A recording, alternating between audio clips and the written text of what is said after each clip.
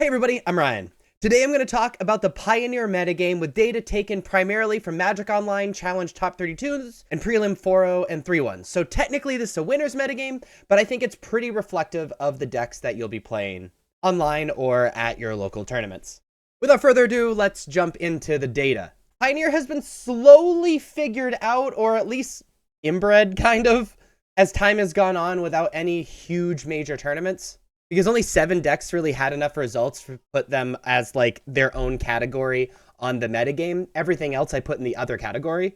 That being said, sitting at the top of Pioneer as far as popularity goes over the course of this past week is It Phoenix? In second place is Red Black Sack, and in third place is a little bit of a surprise personally to me, but Boros Convoke. So let's look at these decks. It Phoenix is a tempo deck that is looking to draw a ton of cards, fill up their graveyard, draw even more cards off of cards like Treasure Cruise, discard their Phoenixes, and then play a bunch of instant sorceries in the same turn, remove their opponent's creatures, bring back 2 or 3 Phoenixes from their graveyard in the same turn, and be able to kill over the course of a turn or two, especially with as resilient as the Phoenixes are. They also have a sweet combo in Temporal Trespass and being able to like bring back Phoenixes, then take an extra turn, and be able to like kill their opponent before their opponent can take a turn. And while hard to play, it is a very powerful deck if done right. The second most popular deck in Red Black Sack is the format's Aristocrats deck. It combos with cards like Witch's Oven and Mayhem Devil to be able to benefit from sacking cards like Cauldron Familiar and Unlucky Witness in the shell of a red-black midrange deck, with cards like Fable the Mirrorbreaker, Fatal Push, and Bloodtithe Harvester.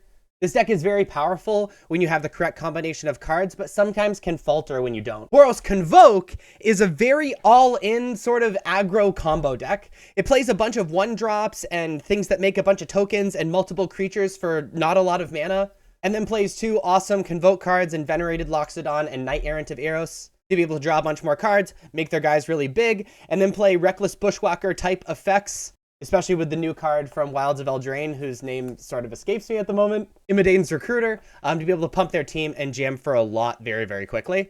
As far as the top 8 metagame goes with the premier events that were this past weekend, we're seeing Boros Convoke at the top, having an awesome week this previous week, and then a 4-way tie in second/third place. In Gruul Midrange / Gruul Aggro, Gruul Vehicles, whatever you want to call it, Red Black Midrange, Mono Black Midrange, and Mono White Humans. Let's talk about all of those decks. The Red Black Midrange is sort of the premier midrange deck of the format. It plays a bunch of removal spells, plays Thoughtseize effects, plays creatures that do more than the face value of the creatures, and sort of looking to 1-for-1 their opponent, gaining card advantage and card selection with Fable the Mirrorbreaker and Reckoner Bankbuster.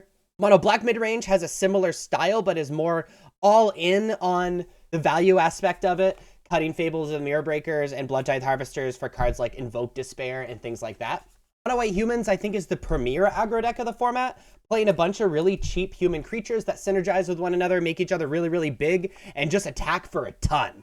And the Gruul Midrange is another kind of aggro-y deck of the format, playing really powerful green and red aggressive cards that top out in high-value vehicles like Asika's Chariot and Sky Sovereign, and the extremely powerful sagas in the Huntsman's Redemption and the Crowan War. But that is the Pioneer metagame. If you like videos like this and want to see more, please be sure to like and subscribe. Check out the Patreon, check out the Discord, check out the Twitter. On Patreon, we have a bunch of sideboard guides and awesome stuff like that. Links are above me and in the description. Thank you so much for watching.